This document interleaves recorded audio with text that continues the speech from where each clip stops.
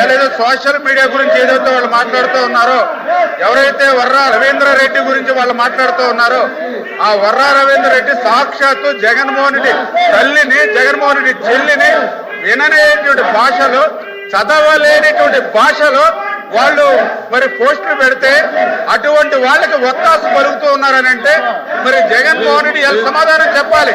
సొంత తల్లి మీద, సొంత చెల్లి మీద పోస్టులు పెట్టినటువంటి వ్యక్తిని వెనకేసుకొస్తూ ఉన్నాడని అంటే జగన్మోహన్ రెడ్డి ఏ స్థాయిలో దిగజారిపోయాడు ఈరోజు అంతా కూడా అర్థమవుతున్నటువంటి పరిస్థితి. అధ్యక్ష, మన కర్నూలు పశ్చిమ ప్రాంతం అధ్యక్ష, పర్టికులర్ గా ఆలూరు, మంత్రాలయం, ఆదోని, ఎమ్మెనుగూరు, ప్రత్తికొండ, కొడుమూరు నియోజకవర్గాలు ఏవైతే ఉన్నాయో మరి అత్యంత తక్కువ వర్షపాతం నమోదయ్యేటువంటి ప్రాంతాలు.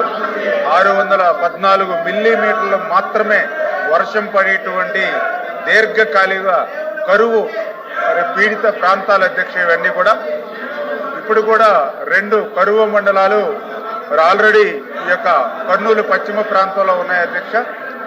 వీటన్నిటినీ కూడా దృష్టిలో పెట్టుకుని గతంలో తెలుగుదేశం ప్రభుత్వం అధికారంలో ఉన్నప్పుడు ఏదైతే కర్నూలు పశ్చిమ ప్రాంతానికి సంబంధించి మెట్ట ప్రాంతంలోను, అదేవిధంగా వెనకబడినటువంటి ప్రాంతంలో సాగునీరు, త్రాగునీరు అందించాలనేటువంటి ఉద్దేశంతో ఆ రోజు వేదావతి ప్రాజెక్టుకి 2019 జనవరిలో మరి 77 జీవో ద్వారా ఆ రోజు 1942 కోట్లు నిధులు మంజూరు చేయడం జరిగింది.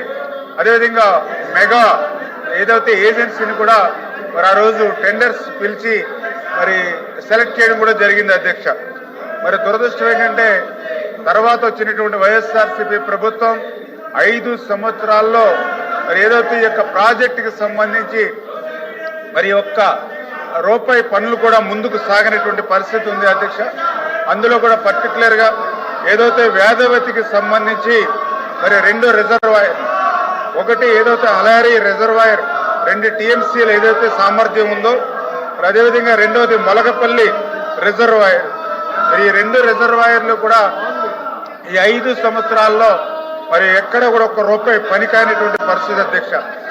ఏదైతే 2019, 2024 నాటి వైఎస్ఆర్సీపీ ప్రభుత్వంలో దీనికి సంబంధించి కేవలం 7% మాత్రమే పనులైనటువంటి పరిస్థితి అధ్యక్ష.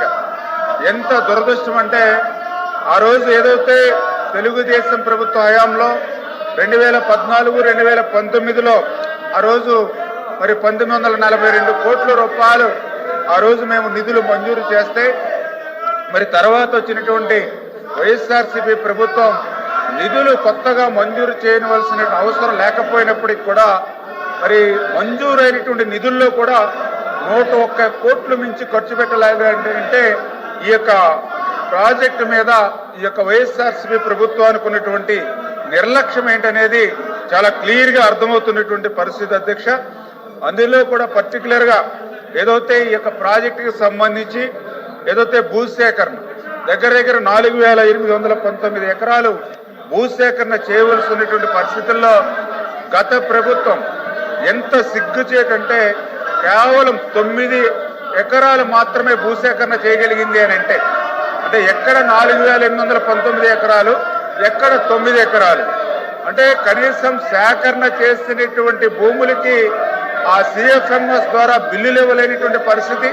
అదేవిధంగా బడ్జెట్ లో ఎల్ఓసి లేక సిఎఫ్ఎంఎస్ లో అప్లోడ్ చేయలేనటువంటి పరిస్థితుల్లోనే భూసేకరణ కూడా గత ప్రభుత్వంలో నిలిచిపోయినటువంటి పరిస్థితి, దుస్థితి అధ్యక్ష. అందుకే ఎవరైతే ఏజెన్సీ మెగా ఎవరైతే ఉన్నారో వాళ్ళు కూడా మరి పనులు చేయలేక 2022లోనే మరి వాళ్ళు కూడా మరి అక్కడి నుంచి పనులు వదిలిపెట్టేసినటువంటి పరిస్థితి అధ్యక్ష.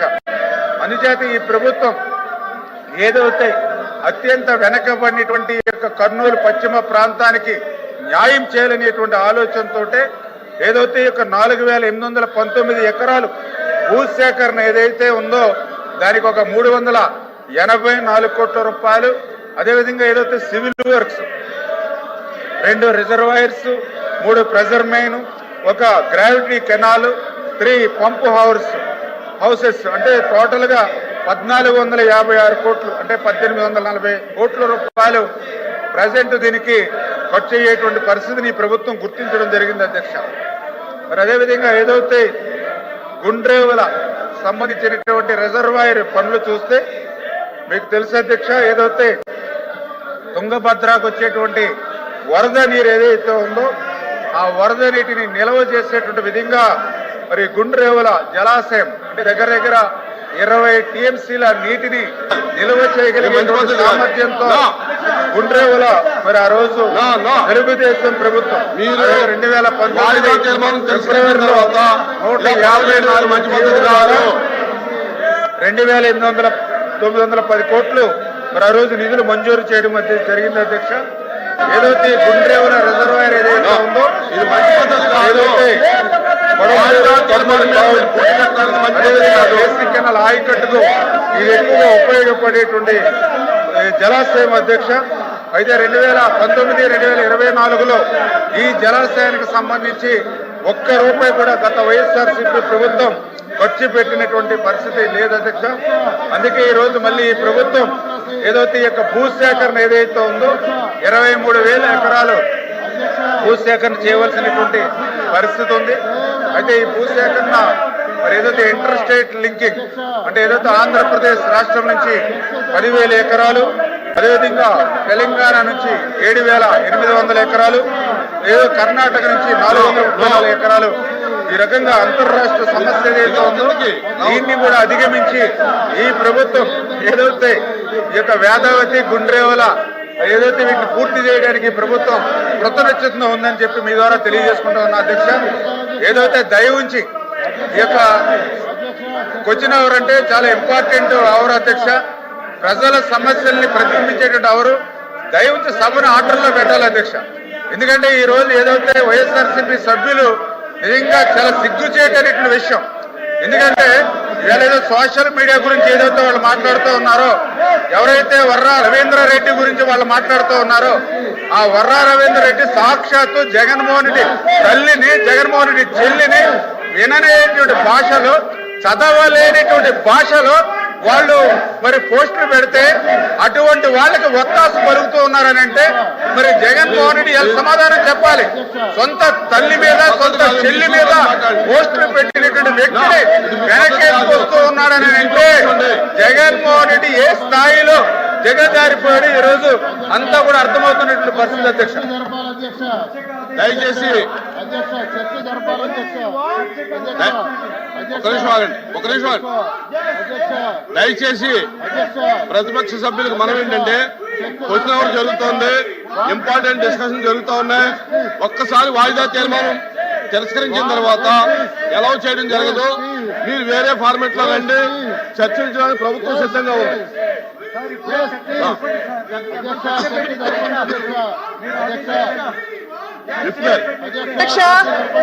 అధ్యక్ష కొంచెం కూడా బాధ్యత లేకుండా ఈ రోజు మీ గౌరవ సభ్యులు ప్రవర్తిస్తూ ఉన్నారు. అది మంచి పద్ధతి కాదు అధ్యక్ష. అధ్యక్ష సోషల్ మీడియాలో ఆడవాళ్ళ మీద మీరు సభ నడపండి అధ్యక్ష. మీరు సభ నడపాలి. మీరు వాయిదా